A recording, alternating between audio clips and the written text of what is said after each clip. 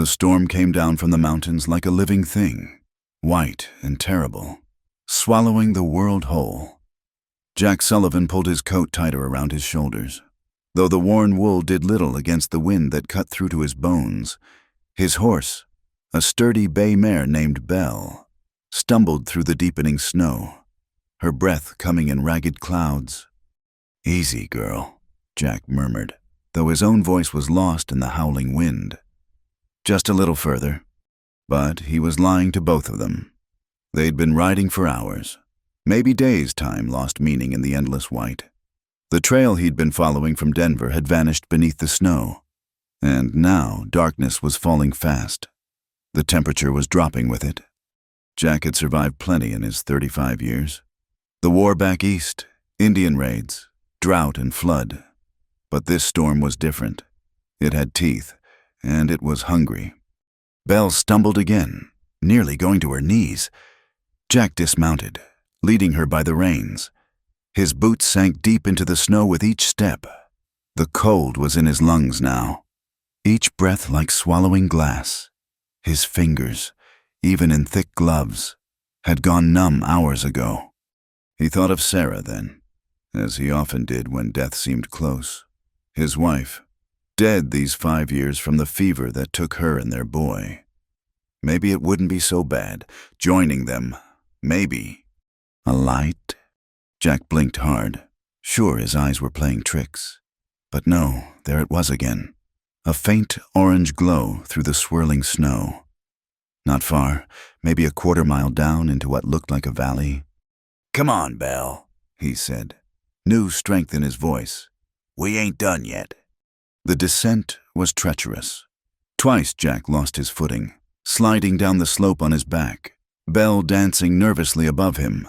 But the light grew stronger, resolving into the warm glow of windows. A cabin, tucked into the lee of the valley where the wind couldn't reach quite so fierce. Smoke rose from the chimney, quickly torn away by the storm. Jack could smell it through pine smoke, maybe a hint of cooking. His stomach clenched. He hadn't eaten since yesterday morning, maybe longer. The cabin was well built. Logs fitted tight, a small barn attached. Someone knew what they were doing when they built here. Jack led Belle to the barn first, knowing she needed shelter as bad as he did. The door was barred from outside, but not locked. Inside, he found 2 milk cows and a few chickens, all huddled together for warmth.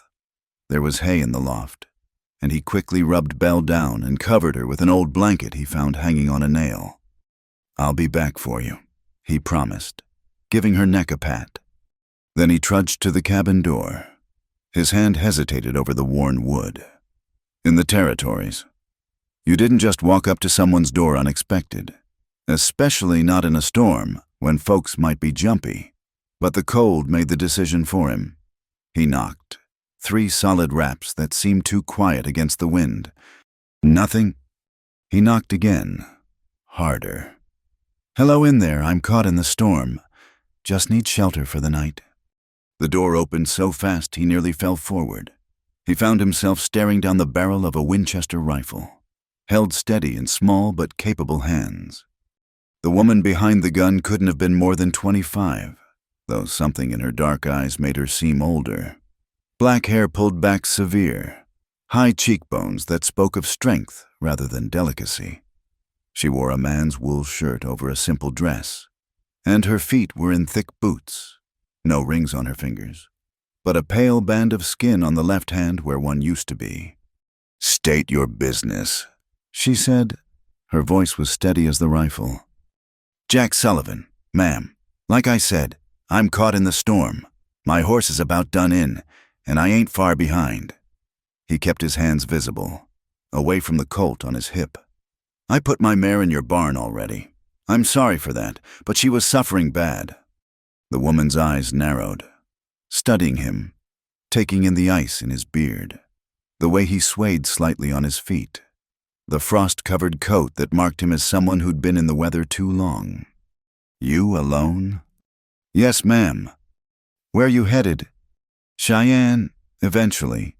Got work waiting at a ranch there?" It was mostly true. There might be work, if he lived to claim it. She held the rifle on him a moment longer, then stepped back. "Get inside before you freeze to death on my porch." The warmth hit him like a physical thing. He stumbled, caught himself on the doorframe. The cabin was one large room with a loft above, neat as a pin. A fire crackled in the stone fireplace, and something that smelled like heaven bubbled in a pot hanging over it. Elk stew, if his nose was right. "Shut the door," she said, still holding the rifle, though it was pointed at the floor now. "Hang your coat on the peg there. Your gun belt, too." Jack did as told, his frozen fingers fumbling with the buckle. "I'm grateful, ma'am. I surely am." "Save your gratitude till morning. Storm like this. We'll see if either of us lives that long." She moved to prop the rifle against the wall, within easy reach. "You can call me Emma.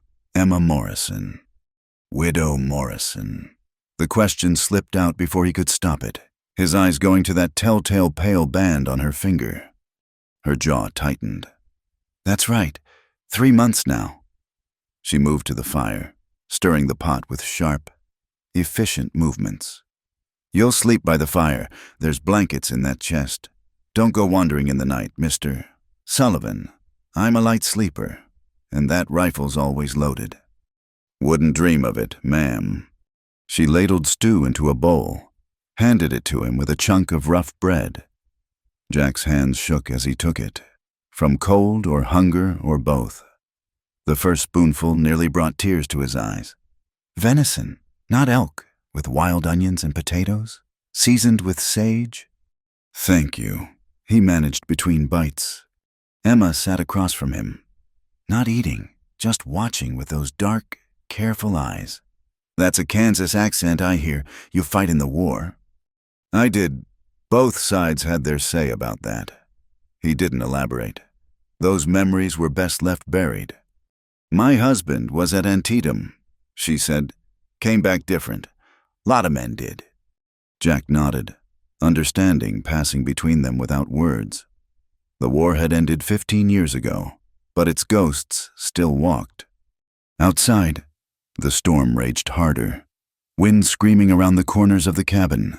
But inside, with food in his belly and warmth seeping back into his bones, Jack felt something he hadn't in a long time. Not peace, exactly, but maybe the possibility of it. "I'll work for my keep," he said. "Whatever needs doing. I'm good with my hands, and I don't shirk."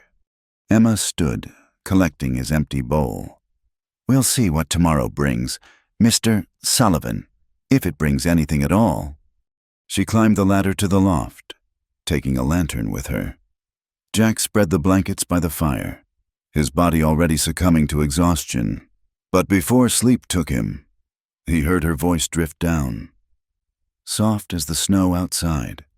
"The fire will die down in the night. Try not to freeze." And somehow, in those practical words, he heard something else, not quite welcome. Not yet, but maybe, just maybe, the first hint that he wasn't the only one in this cabin who knew what it was to be alone. Jack woke to the sound of a rifle being cocked. Dawn light filtered through the frost-covered windows, and Emma Morrison stood by the door, Winchester in hand, listening to something outside. "Stay down," she said without looking at him. "Hoofbeats, multiple horses, moving slow through the snow." Jack rolled to his knees, reaching instinctively for his gun belt before remembering it hung on the peg by the door. "Friends of yours?" he asked. "No friends come calling this early." Emma's knuckles were white on the rifle stock, and none would come in weather like this without good reason. The horses stopped, bootsteps on the porch, heavy and deliberate. Then a voice, loud and too cheerful for the early hour. "Emma Morrison. We know you're in there. Come on out and talk neighborly-like." Emma's face went hard as granite. "That's Tom Brennan, works for Samuel Aldrich." Jack knew the name. Aldrich owned the biggest spread in 3 counties, the kind of man who got what he wanted one way or another. "What's he want with you?" "My land. What else?" She moved to the window, peering out careful. 4 of them, maybe 5. Another voice now, Younger, meaner. Your man's been in the ground 3 months, Emma. Time you faced facts. A woman alone can't work this place. That's Brennan's boy, Luke, Emma said. Her voice was steady, but Jack saw the tremor in her hands. He's the worst of them. Open the door, Emma. Tom Brennan again. No need for unpleasantness. Mister, Aldrich made you a fair offer. More than fair, considering. Considering what? Emma called back, not moving from the window. Considering your husband died owing money. Considering you got no menfolk to help with spring roundup. Considering a lot of things might happen to a woman alone out here. The threat hung in the air like smoke. Jack stood slowly, keeping low. Where's my gun belt? Emma glanced at him, something shifting in those dark eyes. After a heartbeat, she nodded toward the peg. You planning to use it? Planning to have it? Case your neighbors get more unneighborly. Jack strapped on the Colt, the weight familiar and reassuring. He'd carried it through the war and after, and it had never let him down. How many times they been here? Twice since Daniel died. This makes 3. Emma moved back from the window. They're getting bolder. Emma, Brennan's patience was wearing thin. I'm counting to 10. Then we're coming in. You try it, Tom Brennan, and I'll put a hole in you big enough to watch the sunrise through, Emma shouted back. Laughter from outside. That's no way for a lady to talk. Your husband should have taught you better manners. Emma's face flushed red. My husband taught me to shoot straight. Want to test it? 1. Jack moved to the other window. 5 men, like Emma said, all armed. Their horses looked fresh, which meant they'd sheltered somewhere close during the storm. Plan this. 2. They mean it, Jack said. Men like that don't make empty threats. I know what they mean. Emma's jaw was set. This is my land. Daniel worked himself to death for it. I won't hand it over to Samuel Aldrich just because he wants it. 3. Jack studied her profile. Stubborn as a mule and twice as brave. But bravery wouldn't stop bullets. You got papers on this place, legal deed? Course I do.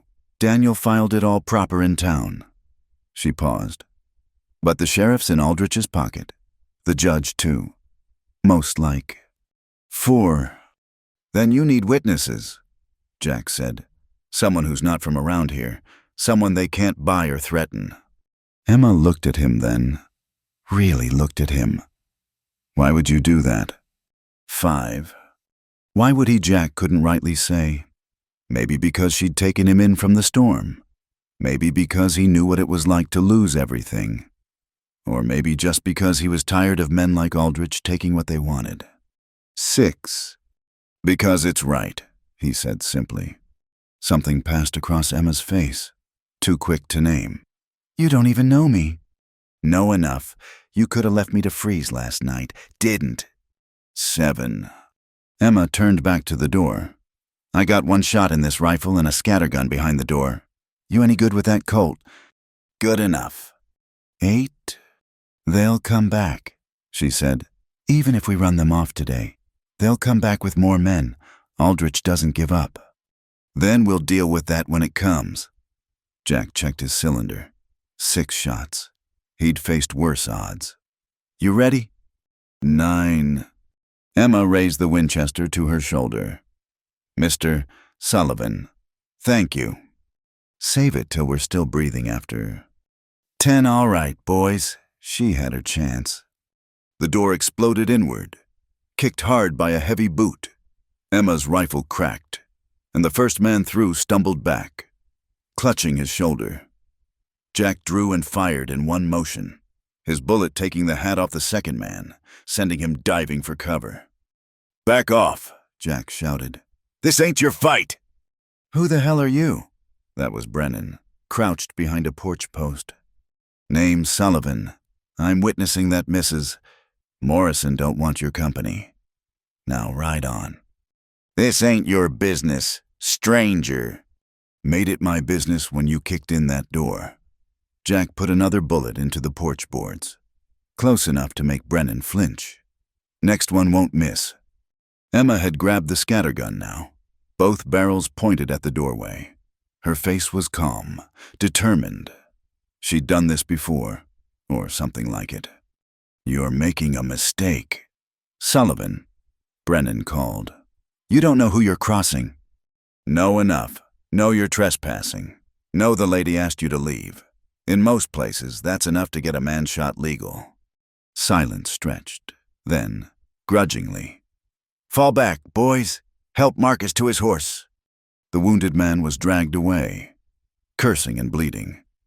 Jack kept his gun trained on them as they mounted up. Young Luke Brennan, face twisted with rage, pointed at the cabin. "This ain't over.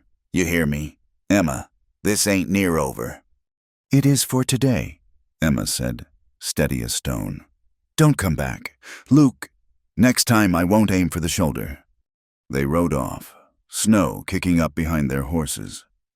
Jack waited until they were specks in the distance before lowering his Colt. His hands were steady, the old instincts from the war, never quite buried. Emma set the scattergun down, careful-like, then surprised him by laughing. Not hysteria, but genuine mirth. "Did you see Tom Brennan's face when you shot his hat off?" "Man's proud of that hat. Probably cost him a month's wages." Jack reloaded his spent chambers. "They'll be back." "I know." The laughter died. Emma moved to shut what was left of the door, cold wind already stealing the warmth from the room. "But not today. Today, we won." She turned to face him, and in the morning light he could see her clear, not beautiful in the conventional way, but striking, strong, the kind of woman who'd carved a life out of this hard country and wouldn't give it up easy. "I owe you," she said. "No, we're square for the shelter." Jack holstered his gun. "But I meant what I said. You need a witness, someone to watch your back until this is settled." "I can stay on a few days. Work for my keep." Emma studied him, those dark eyes seeing more than he'd like. Why? The truth was complicated, because he had nowhere else to go, because the storm had brought him here for a reason, because something about this woman, facing down 5 armed men with nothing but courage and a rifle, reminded him of what it meant to fight for something worth keeping. "Because them coming back with more men is a certainty," he said instead, "and you can't watch all directions at once." She was quiet for a long moment. Then, "There's a lean-to off the barn. Needs some fixing, but it's dry. You can bunk there. Meals at sunrise and sunset. I can't pay much, but—" "Don't need pay.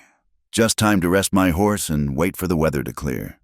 It was a lie, and they both knew it. The weather would clear in a day or two. But Jack was already thinking ahead, to Aldrich, to the next visit, to what would need doing. Emma nodded, accepting the lie as gracefully as she'd accepted his help. "I'll heat up what's left of the stew. You must be hungry after all that excitement." As she moved to the fireplace, Jack noticed the slight tremor in her hands now that the danger had passed. Brave as she was still just one woman trying to hold on to her dead husband's dream against men who saw her as easy prey. Not anymore, Jack thought. Not while he was here. Outside, the snow continued to fall, covering the tracks of Brennan and his men. But it couldn't cover the truth. Both Jack and Emma knew this was just the beginning. The fire had burned low, casting long shadows across the cabin walls. 3 days had passed since Brennan's visit. 3 days of wary peace.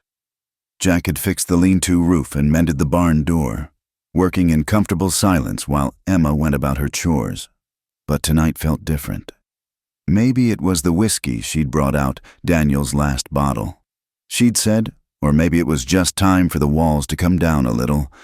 "You never asked," Emma said, staring into the flames. "About Daniel, how he died." Jack sipped his whiskey, the burn familiar and warming. "Figured you'd tell me if you wanted to." "Shot in the back, 2 miles from here, coming home from town." Her voice was steady, but her knuckles were white around her glass. "Sheriff said it was rustlers. Said Daniel must have surprised them. But you don't believe that. Daniel knew this land like his own heartbeat. Nobody surprised him. She took a drink, grimaced. And rustlers don't usually leave the cattle behind. The implication hung heavy between them. Jack had seen enough of frontier justice to know how these things went. Aldrich. Can't prove it. The two men who found Daniel's body both work for Aldrich now.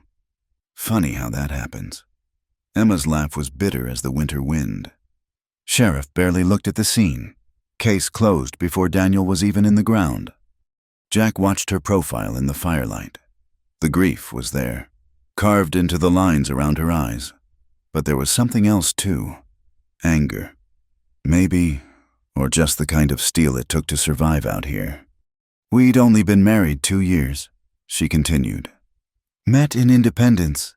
I was working at my uncle's dry goods store, and Daniel came in for supplies. He could barely string 2 words together. He was so tongue-tied.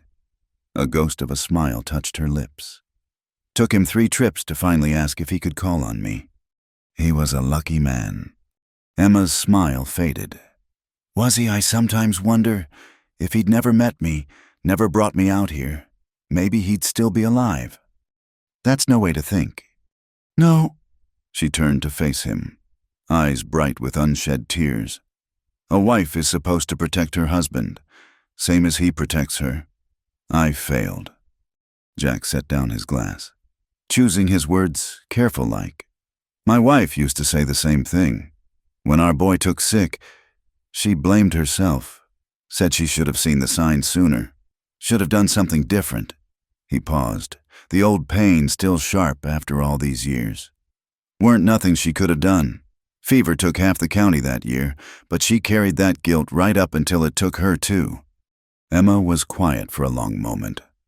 What was her name? Sarah Marie Sullivan.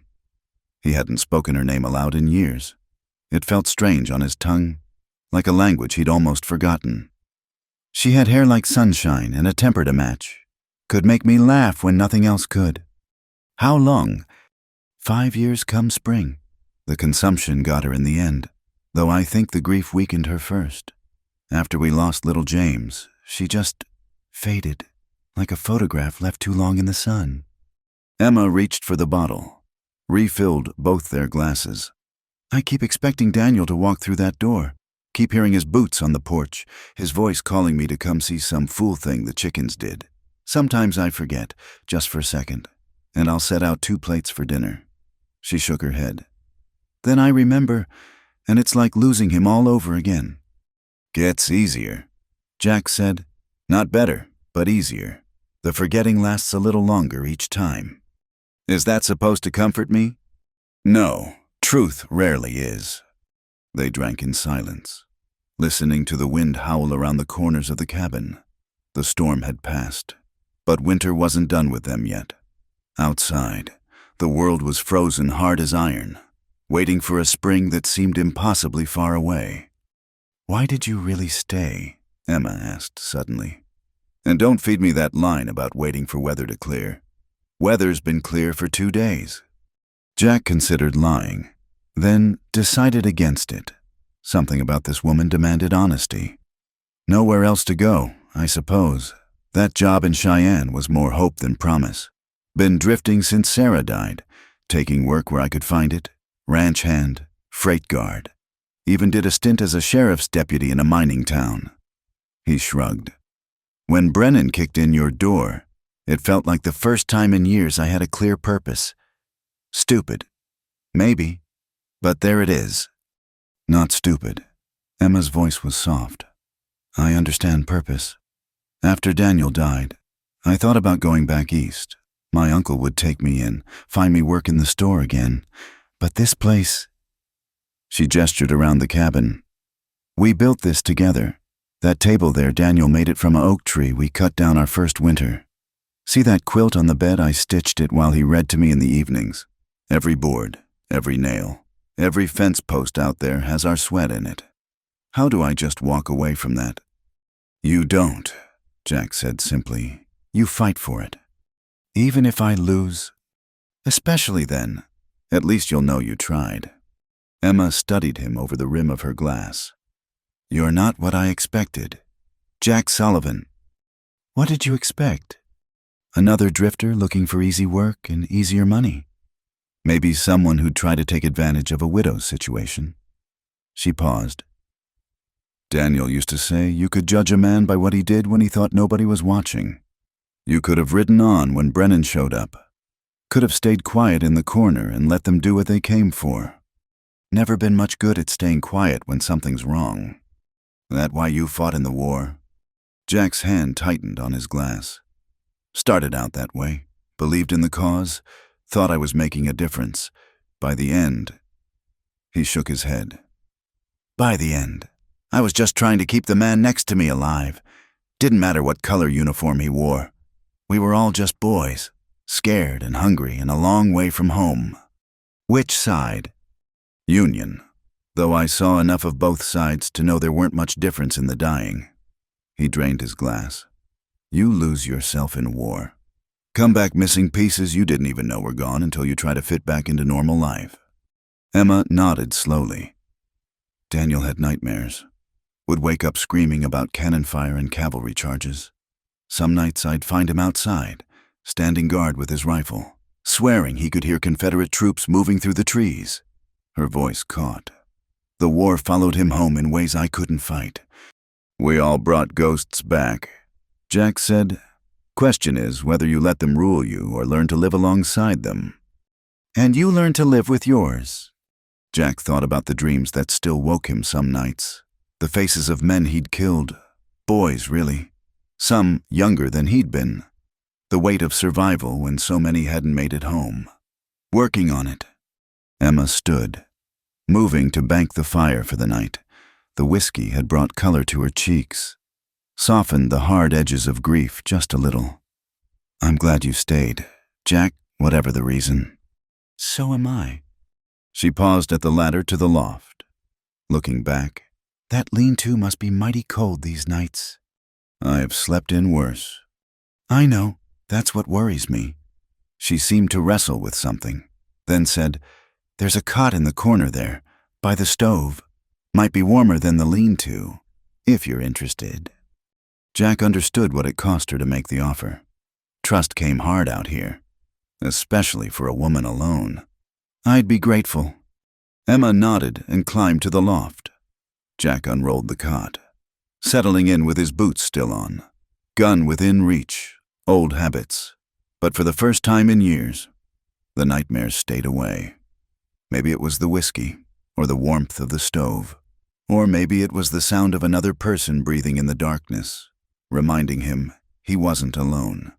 Outside, wolves howled in the distance, and the wind whispered promises of more snow to come.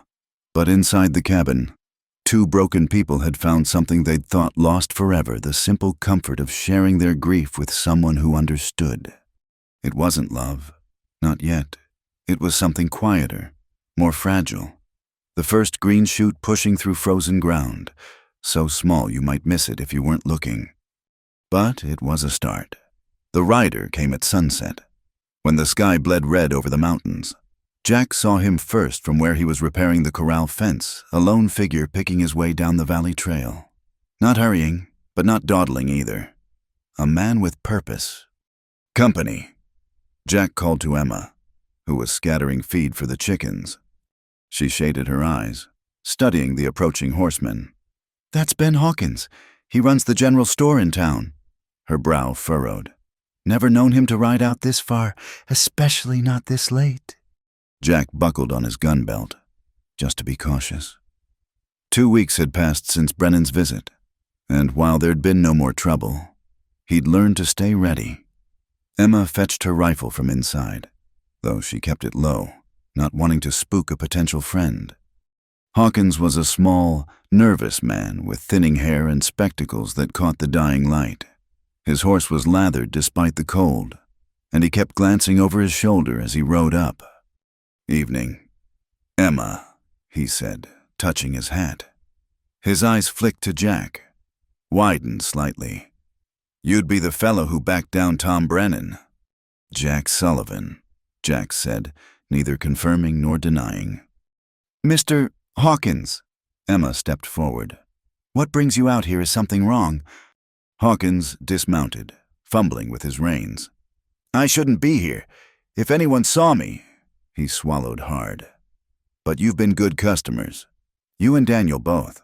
It didn't sit right, not warning you." "Warning us about what?" Jack asked. "Samuel Aldrich was in town today. Him and that lawyer of his from Denver, fellow named Garrett. They were in the land office for near 2 hours. Hawkins pulled off his spectacles, cleaning them with shaking hands. "Word is they found something. Some problem with your deed. Emma's face went white. "That's impossible. Daniel filed everything proper. We paid the fees, got the stamps." "I'm just telling you what I heard." Hawkins looked miserable. "They're saying there was a prior claim. Someone who filed before Daniel but never settled the land. According to territorial law, that claim takes precedence if the taxes are paid up. And let me guess." Jack said, "This mysterious claimant just happened to sell their rights to Aldrich." Hawkins nodded miserably. "Yesterday. Apparently, Aldrich has the papers to prove it." "Papers can be forged," Emma said, but her voice was hollow. They all knew it didn't matter if the papers were real or not. Not with Aldrich owning the judge. "There's more," Hawkins said.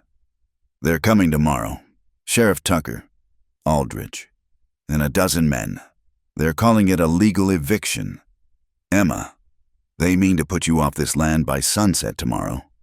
Emma swayed slightly, and Jack moved closer. Not touching, but ready if she needed steadying. "We won't go quietly," she said. "That's what they're counting on," Hawkins said urgently. "Don't you see? If you resist, they can shoot you down and call it self-defense. But if you go peaceful-like, at least you'll be alive." "To do what?" Emma's voice rose. "Scrub floors in someone else's house. Go back east and beg charity from relatives. This land is all I have left of Daniel. I won't—" "You think Daniel would want you dead?" Hawkins snapped, then immediately looked ashamed. "I'm sorry. That wasn't— I just don't want to see you hurt. Emma, there's been enough dying." Jack had been quiet, thinking. Now he spoke up. "This prior claim, who's it from?"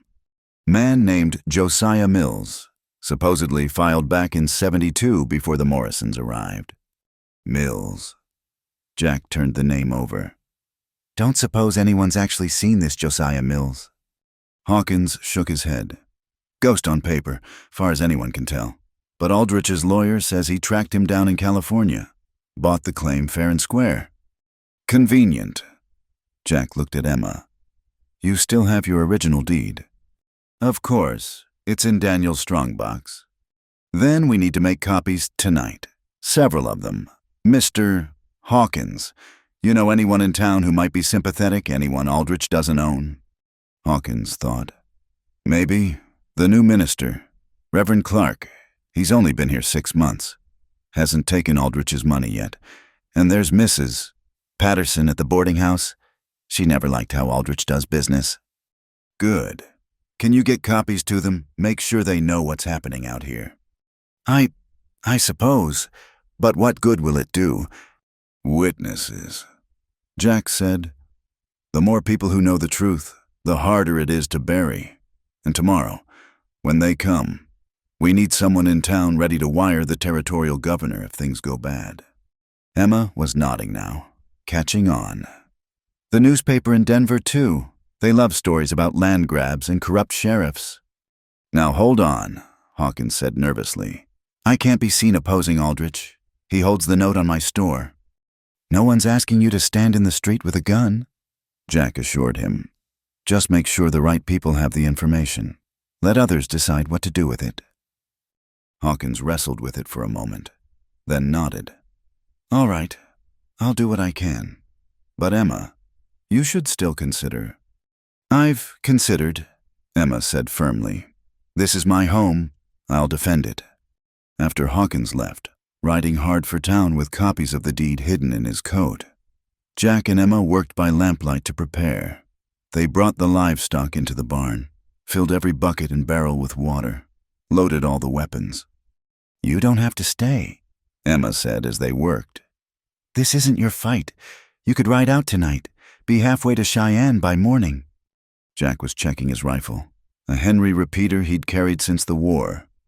"Already told you I was staying." That was before. This is different. Tomorrow they'll come with the law on their side, twisted as it is. If you stand with me, you'll be an outlaw too. Wouldn't be the first time. He looked up at her. "Emma, I've been a lot of things in my life. Soldier, drifter, hired gun when times were lean. But I've never been a man who walked away when someone needed help. Even if we can't win. Especially then." Emma set down the box of ammunition she'd been counting and crossed to where he stood. For a moment, she just looked at him, those dark eyes searching his face. Then she did something that surprised them both. She reached out and touched his hand, just briefly. "Daniel would have liked you," she said softly. "I'd have liked him too.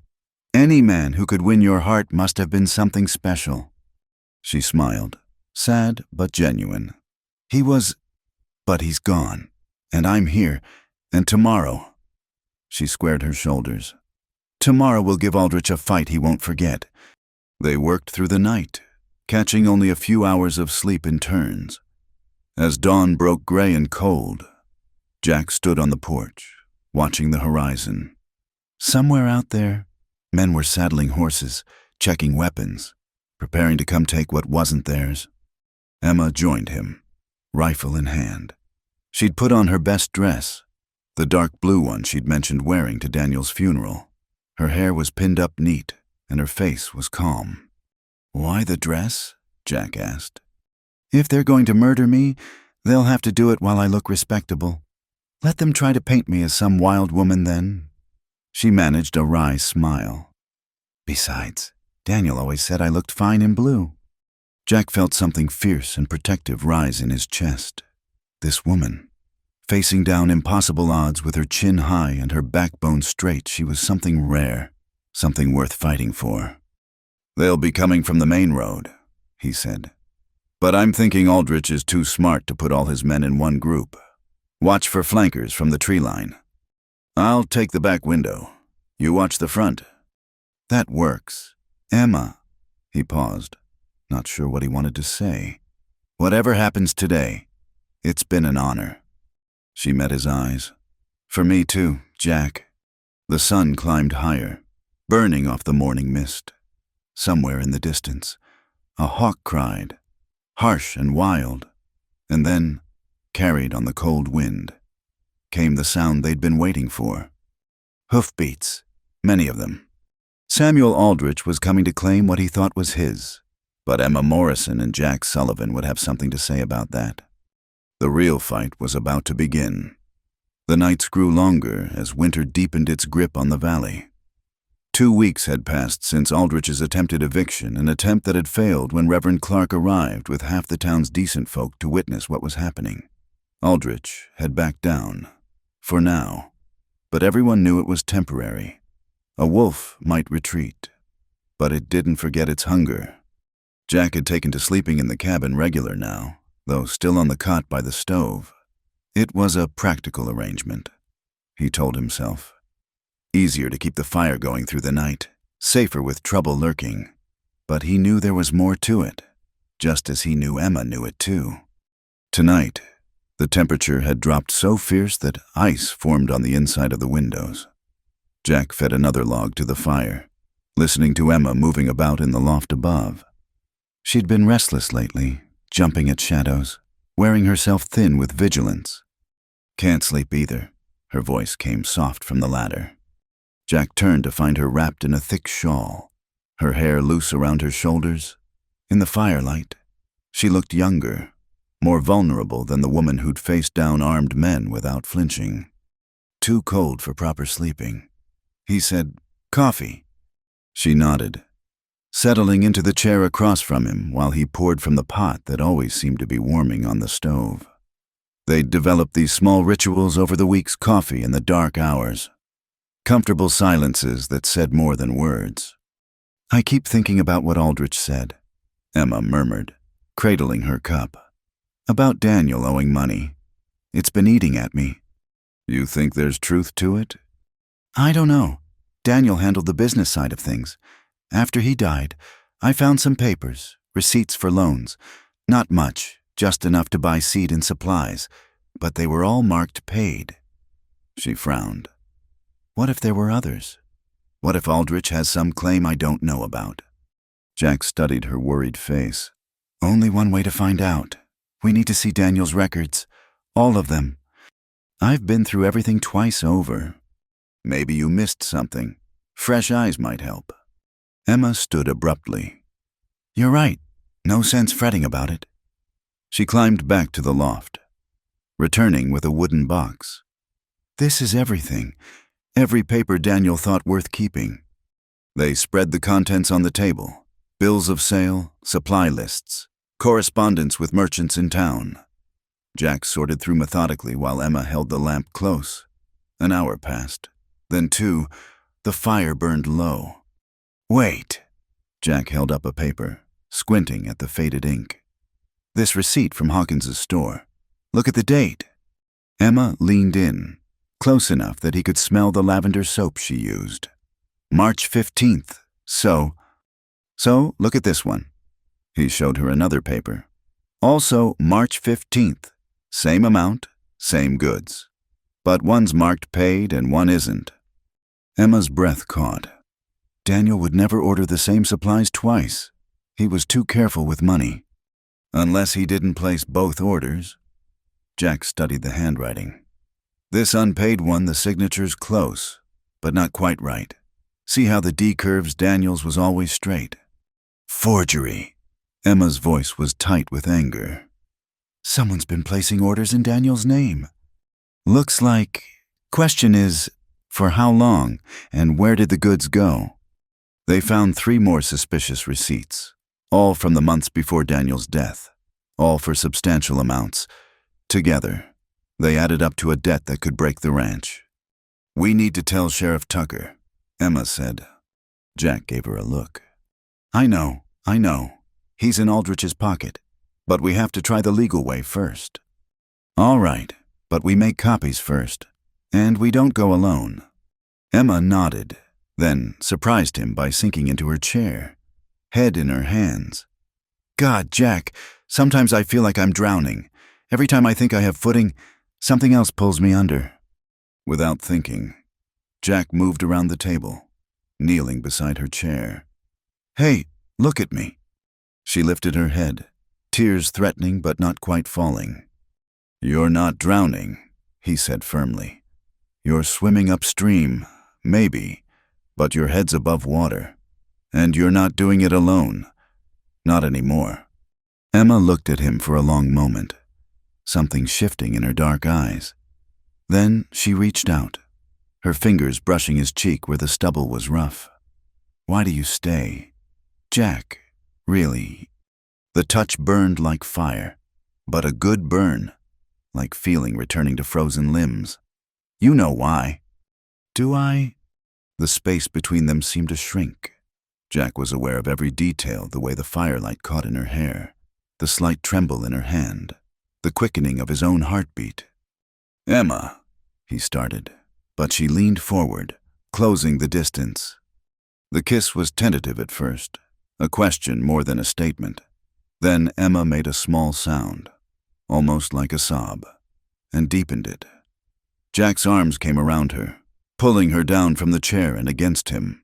She was warm and solid and real, an anchor in the storm that had been his life since Sarah died. When they finally broke apart, both breathing hard, Emma's eyes were bright with tears. I'm sorry. I shouldn't have.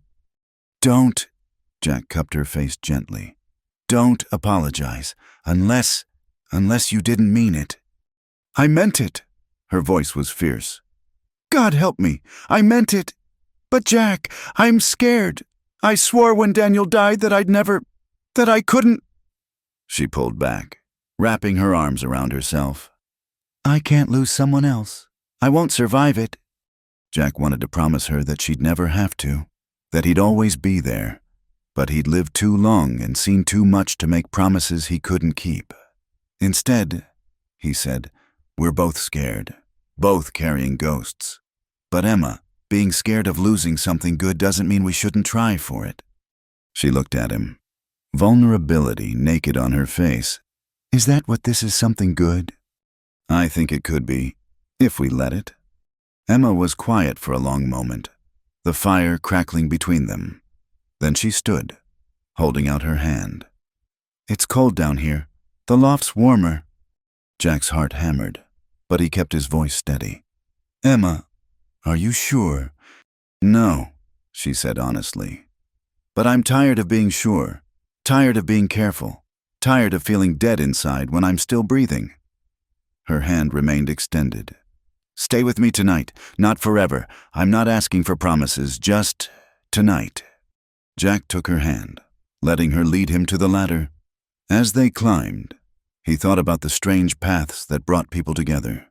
A blizzard, a kicked-in door, shared grief and common enemies. Not the stuff of fairy tales. Maybe, but real in a way that mattered. In the loft, Emma turned to him, shy suddenly. It's been a long time, since before Daniel got sick. I mean, I might not... Shh. Jack pulled her close, feeling her heart beat against his chest. We've got all night, got all winter, if we need it. She laughed, soft and a little broken. The fire down there really doesn't keep me warm anymore. Hasn't since that first night you stayed. What does? He asked, though he knew the answer. You, she whispered against his neck. Only you. Outside, the wind howled its lonely song, and snow began to fall again. But inside the cabin, two people who'd thought themselves beyond saving found warmth in each other's arms. Not just the warmth of body against body, though that was part of it, but the deeper warmth of connection, of being truly seen and still wanted. They moved together in the darkness, gentle and giving, each touch a promise without words. And when exhaustion finally claimed them, they slept entwined. The ghosts of their pasts held at bay by the simple human comfort of not being alone. The fire in the stove below died to embers, but neither noticed. They had found a different kind of heat, one that didn't depend on wood or flame, one that came from two broken hearts learning to beat as one. The truth came to light on a gray February morning, delivered by the last person any of them expected. Jack was in the barn, tending to Belle, when he heard horses approaching, multiple riders, moving fast. He grabbed his rifle and moved to the door, only to find Emma already on the porch with her Winchester, that familiar, determined set to her jaw. But the lead rider wasn't Tom Brennan or any of Aldrich's usual men. It was Luke Brennan himself, and he was alone, slumped in his saddle with blood seeping through his shirt. Don't shoot, Luke gasped, raising one trembling hand. Please, I got something to tell. Jack kept his rifle trained on him. That's close enough. Luke practically fell from his horse, catching himself on the fence post. His face was gray with pain and something else, fear, maybe, or guilt finally catching up. My PA, he found out I was coming here, put a bullet in me for it. Luke pressed a hand to his side, blood running between his fingers. Guess that tells you whose side he's really on. Emma lowered her rifle slightly. Why would you come here? Because I can't live with it anymore. Luke fumbled in his coat, pulling out a leather folder. Take it. Everything's in there. What we did to your husband. What Aldrich is planning. All of it. Jack moved forward cautiously, taking the folder while keeping his gun ready. Inside were papers, dozens of them. Receipts, telegrams, handwritten notes. My God, Emma breathed, reading over his shoulder. These orders in Daniel's name, they're all signed by Tom Brennan. Pa's been doing Aldrich's dirty work for years, Luke said, sliding down to sit in the snow. Forging papers, intimidating folks. Worse, your husband found out about the fake orders, confronted Pa in town. So Aldrich. He coughed, specks of blood on his lips. Aldrich ordered him killed. Emma's hands shook. You were there. No, but I knew. Pa bragged about it when he was drinking. Said Morrison never saw it coming. Shot him in the back on the road home. Made it look like rustlers. Luke's eyes were going glassy. I'm sorry. I'm so damn sorry. Jack knelt beside him, checking the wound. It was bad. Maybe fatal. Why tell us now? Because Aldrich is planning something bigger. Not just your land. Emma. He's got to deal with the railroad coming through. Needs the whole valley. Every last acre. Luke gripped Jack's arm with surprising strength. Tomorrow night, he's bringing gunmen from Denver. Real killers. Plans to burn out everyone who won't sell. Blame it on renegade Indians. The sheriff, Jack asked. Bought and paid for. Half the town council, too. Luke was fading fast. But there's a federal marshal in Cheyenne, William Crenshaw. He's been investigating Aldrich for months. These papers, they're what he needs. Emma had gone very still. Daniel died because he discovered Aldrich's scheme. He was going to the marshal. Aldrich couldn't let that happen. Luke's breathing was labored now. I know I can't make it right, but maybe this helps. Jack looked at Emma. She nodded slightly, and he understood. Whatever Luke Brennan had done, he was trying to atone. That counted for something. They carried him inside, laid him on the cot by the stove. Emma, despite everything, tended his wound with gentle hands, but they all knew it was too late. The bullet had done too much damage. There's more. Luke whispered as the sun climbed toward noon. The man who really shot your husband, his name's Cole Myers, works for Aldrich Direct, not through Pa. He'll be with the group tomorrow night. Emma's face was stone. What does he look like? Big man. Scar through his left eyebrow. Carries a pair of ivory-handled Colts. Luke's voice was fading. Emma, tell my ma I'm sorry. Tell her I tried to be better than Pa taught me.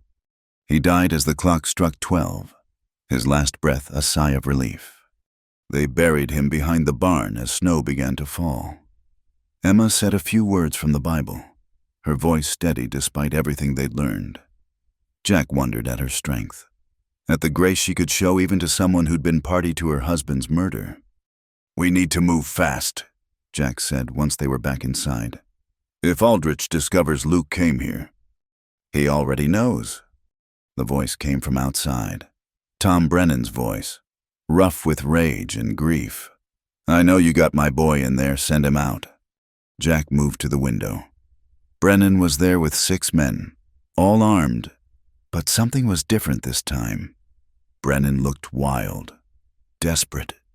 The careful control Aldrich usually maintained over his men was slipping. Your boy's dead, Brennan, Jack called out. Died trying to make things right. Liar, Brennan's voice cracked. My boy would never betray. He gave us everything. Emma interrupted, appearing at the door with Luke's leather folder. Every crime you committed in Aldrich's name, every forgery, every threat, the murder of my husband. Brennan's face went white. You don't know what you're talking about. Cole Myers, Emma said clearly. Ring any bells? Tom Luke told us all about him, about how he shot Daniel in the back on Aldrich's orders, about how you helped cover it up. The change in Brennan was instant. The rage drained away, replaced by something hollow and defeated. His men shifted nervously, sensing the shift. It wasn't supposed to happen that way, Brennan said, his voice barely carrying. Morrison was just supposed to be scared off, but he wouldn't back down. Kept pushing, Aldrich said. Said it was necessary. Necessary? Emma's voice was ice. You murdered a good man for money. You think I don't know that? Brennan suddenly looked old, broken. You think I don't see his face every night, but I was in too deep. Aldrich owns me, owns everything. Not anymore, Jack said. We're taking these papers to the federal marshal. It's over. Brennan. Brennan looked at his men, then back at the cabin. For a moment, Jack thought he might order an attack. Then his shoulders slumped. My boy really dead? Yes, Emma said, gentler now. but he died trying to stop this. That has to count for something. Brennan holstered his gun. Aldrich will come for you, tonight, not tomorrow. He's got ears everywhere. He turned his horse. I'm done. Done with all of it. Boys, anyone wants to ride with me? We're heading to Mexico.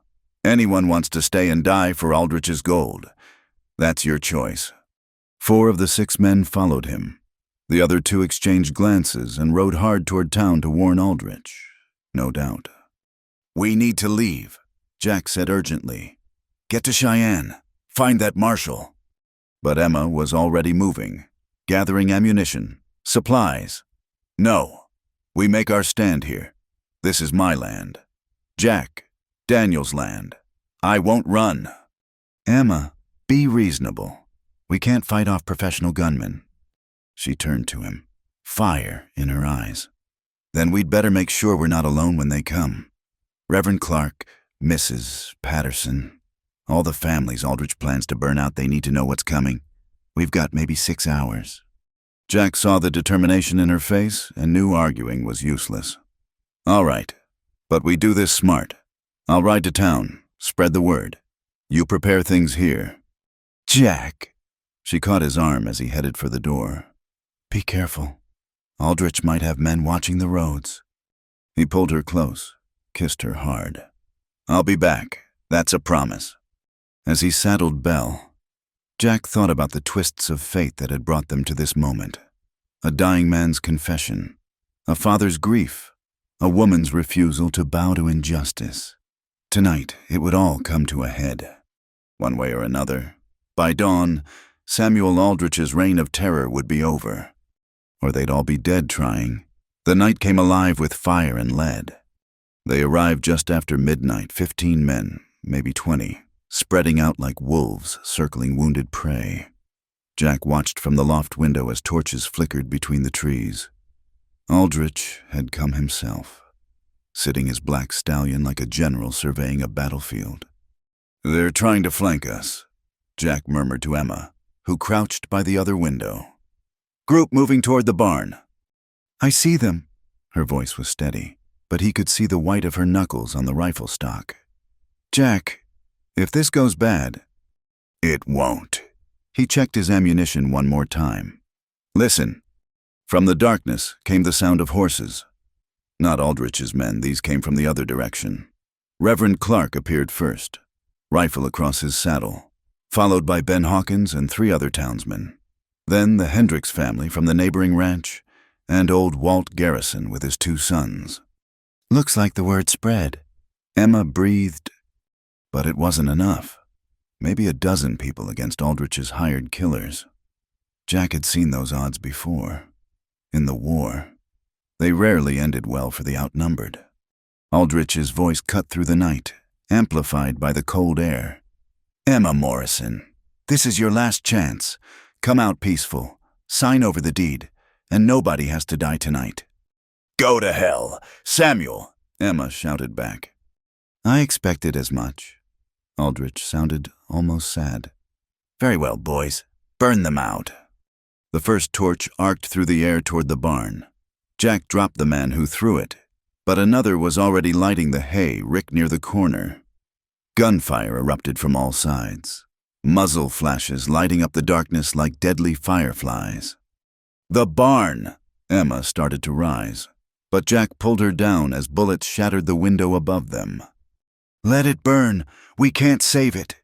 He fired back, trying to pick targets in the chaos. Stay low. The barn caught fast, flames racing up the dry wood. The horses inside screamed, and Jack's heart clenched thinking of Belle.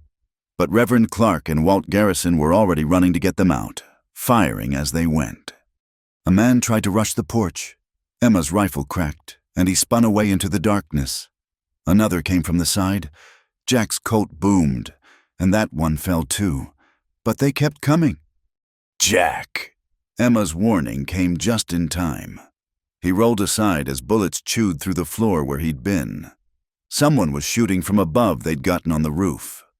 Jack fired up through the ceiling, heard a cry and the thud of a body sliding off shingles. But more were coming. Always more. The barn was fully engulfed now, casting everything in hellish orange light. In that light, Jack saw him Cole Myers, the man who'd killed Daniel Morrison. Big man. Scar through his eyebrow. Just like Luke Brennan had said. Those ivory-handled Colts gleamed as he directed men toward the cabin. "Emma," Jack said quietly. 2:00, by the water trough. She saw him. Her face went very still, very cold. "He's mine." "Emma." But she was already moving, sliding along the wall to get a better angle. Jack cursed and followed, laying down covering fire. A bullet creased his shoulder. Another punched through his hat. The cabin walls were getting shot to pieces. Emma lined up her shot with terrible patience, waiting for Myers to step clear of cover. When he did, giving orders to 2 other gunmen, she fired. The shot took him high in the chest, spinning him around, but he didn't go down. Instead, he saw where the shot had come from, those ivory-handled guns coming up fast. Jack shoved Emma aside as Myers fired, felt the wind of bullets passing. He fired back, his shots joining Emma's as she recovered and shot again. This time, Myers stumbled.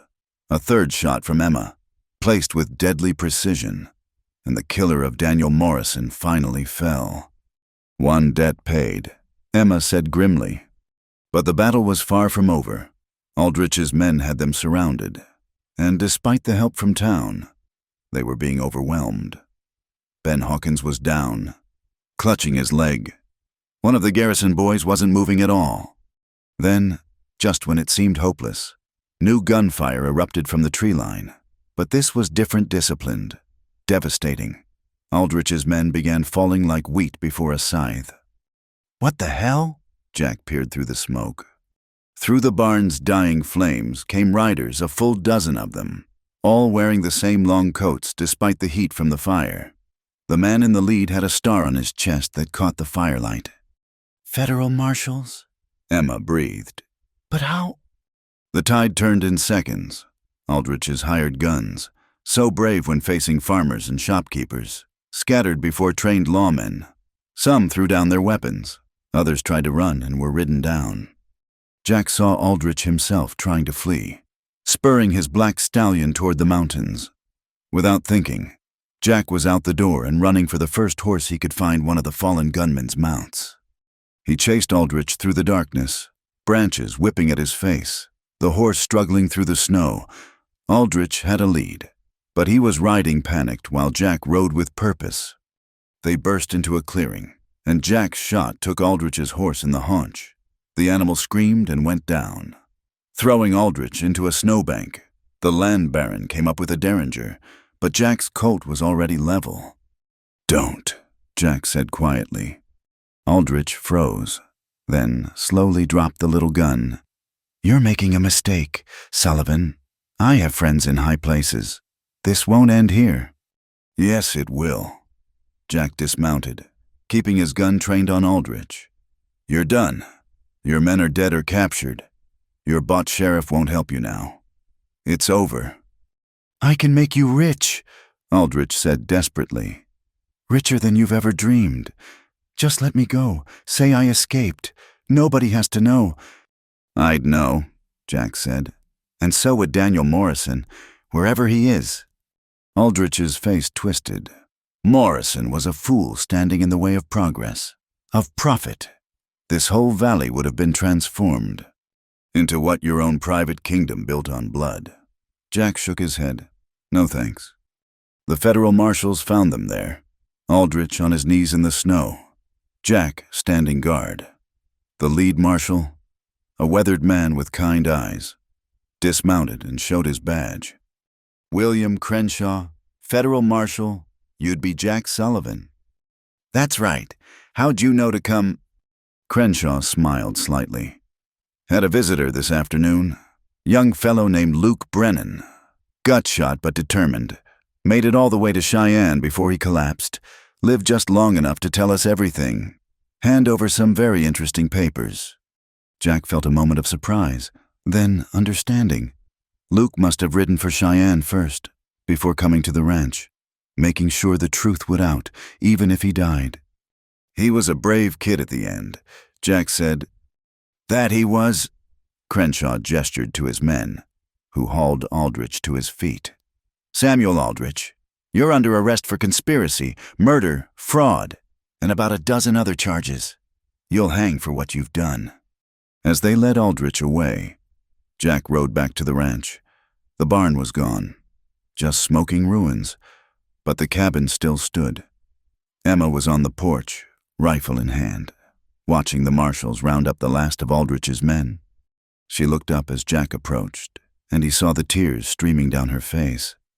Not grief this time. He thought, relief, release, the end of a long, terrible chapter. He swung down from the horse and went to her. She met him halfway, falling into his arms. "It's over," she whispered against his chest. "It's really over." "Yeah." Jack held her tight, feeling the shake in her shoulders. "It's over." Around them, neighbors tended wounded. Marshals took statements, and the first hints of dawn touched the eastern sky. It had been a night of violence and loss, but also of courage and justice. And as the sun rose over the mountains, painting the snow-covered valley in shades of gold and pink, Jack and Emma stood together on the porch of the cabin they'd defended with blood and bullets. The barn could be rebuilt, the wounds would heal, and maybe, just maybe, two people who'd found each other in the darkest of times could build something new on the ashes of the old. Something worth fighting for, something worth living for, something like hope. Spring came to the valley like a blessing after the hardest winter anyone could remember. The snow melted slowly, revealing green shoots pushing through the earth, and the air carried the promise of new beginnings. Jack stood on the rise overlooking Emma's land, watching the sun paint the mountains gold. 3 months had passed since that night of fire and bullets. 3 months of healing, rebuilding, and cautious hope. The new barn stood proud where the old one had burned, raised by neighbors who came without being asked, bringing lumber and sweat and solidarity. "Admiring your handiwork," Emma's voice came from behind him. Jack turned, his breath catching as it still did sometimes when he looked at her. She wore a simple calico dress, her hair pinned up but with wisps escaping in the breeze. The hard edges that winter had carved into her face had softened some, though the strength remained. "Our handiwork," he corrected, taking her hand. "Couldn't have done it without everyone's help." "No," she agreed. "We couldn't have." They walked together toward the cabin, past the small cemetery where Daniel Morrison lay. Emma had insisted on adding a marker for Luke Brennan, too, despite everything. "He tried to make it right," she'd said. "That deserves remembering." The trial had been swift. Samuel Aldrich had hanged 2 weeks ago in Cheyenne, unrepentant to the end. His empire had crumbled quickly after. His stolen lands returned to their rightful owners. His bought men scattered to the winds. Sheriff Tucker had fled to California. Tom Brennan, they heard, had made it to Mexico with what remained of his conscience. "Reverend Clark's coming by later," Emma said as they reached the porch. "Wants to discuss something with us." Jack raised an eyebrow. "Both of us?" A slight blush colored her cheeks. "Well, people have been talking, about you living here, about us." "Let them talk." "Jack!" She stopped, turning to face him. "We can't ignore it forever. This isn't Denver or San Francisco. Out here, appearances matter." He studied her face, seeing the worry there. They'd been dancing around this for weeks now. The question of what came next, the crisis that had brought them together, was over. He could leave, find that work in Cheyenne he'd originally been seeking. She could go back east to her uncle, start fresh where memories didn't haunt every corner. Or, "What do you want, Emma?" he asked softly. "Not what the town thinks is proper. What do you want?" She was quiet for a long moment, looking out over the valley. When she spoke, her voice was barely above a whisper. I want to wake up and not be alone. I want to work this land and know someone's beside me. I want...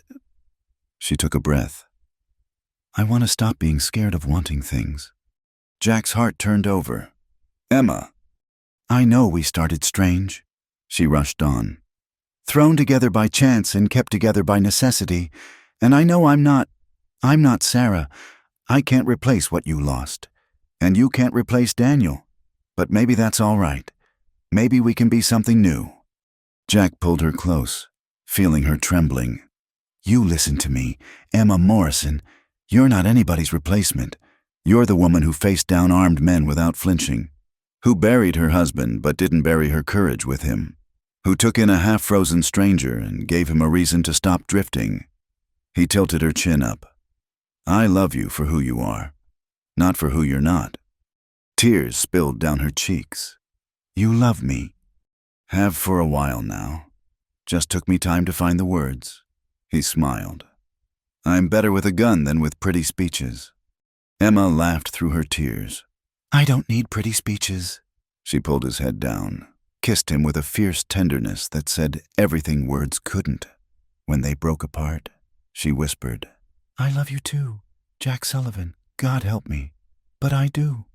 Reverend Clark arrived as the sun reached its zenith, bringing news from town and a knowing smile.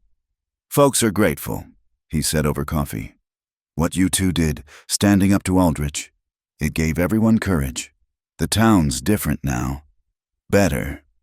We had help, Emma said modestly. Yes, but you lit the spark. The Reverend set down his cup, his expression growing serious. Which brings me to why I'm here. Jack, Emma, I know your circumstances are unusual, but I also know what I've seen these past months. Two people who found each other in darkness and chose to walk toward the light together. Jack felt Emma's hand slip into his under the table.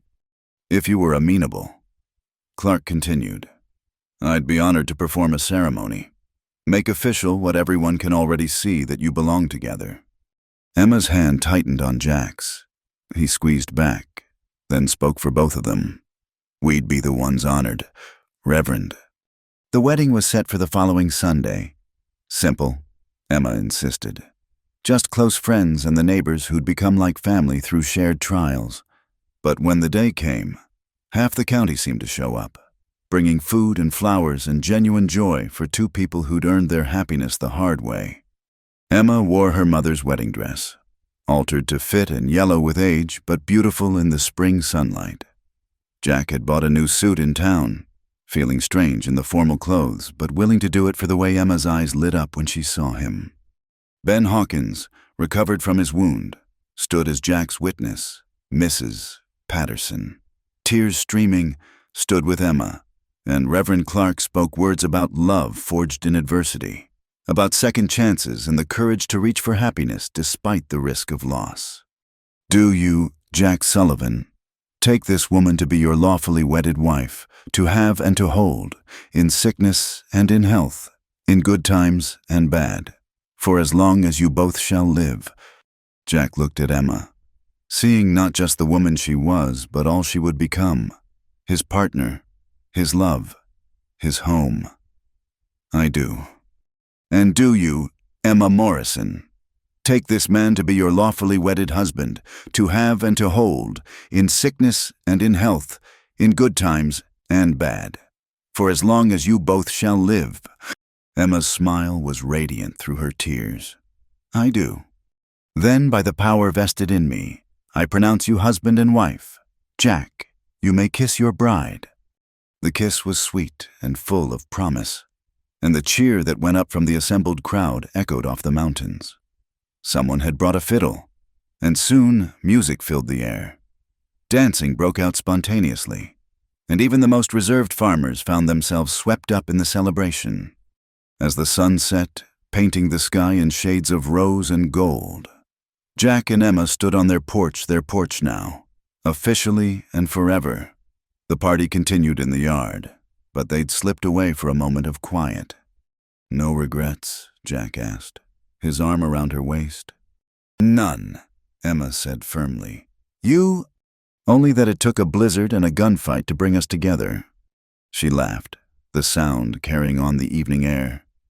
"Maybe that's the only way for people like us, too stubborn to find love the easy way. Good thing we found it at all." They stood together, watching their friends and neighbors celebrate, watching the stars come out one by one over the mountains. The land stretched out before them, no longer a burden to bear alone, but a future to build together. "Jack," Emma said softly. "Yeah, I'm not cold anymore." He understood. The chill that had nothing to do with weather. The cold that came from loss and loneliness. It was gone, replaced by warmth that didn't need a fire to sustain it. "Good," he said, pulling her closer. "Because I plan on keeping you warm for a long, long time." As if in agreement, someone in the crowd started a new song. Voices joining in the old familiar tune about home and belonging. And there, on the porch of the cabin that had sheltered them both, Jack and Emma Sullivan began their new life together. The fire in the hearth might die down, but the warmth between them would last through all the seasons to come. They'd fought for this land, bled for it, nearly died for it. But in the end, the greatest victory wasn't defeating Samuel Aldrich or saving the ranch. It was finding each other. It was choosing love over fear, hope over grief. It was discovering that two broken hearts could indeed learn to beat as one. The end. Thank you so much for listening to this Wild West love story. I hope you enjoyed following Jack and Emma's journey from that fateful blizzard to their wedding day. Where are you listening to this story from? I'd love to hear. Drop a comment below and let's connect. Don't forget to subscribe to the From Wild West channel for more authentic frontier tales. And please share your thoughts about Jack and Emma's story. Did their love touch your heart as much as it touched mine? Let me know in the comments.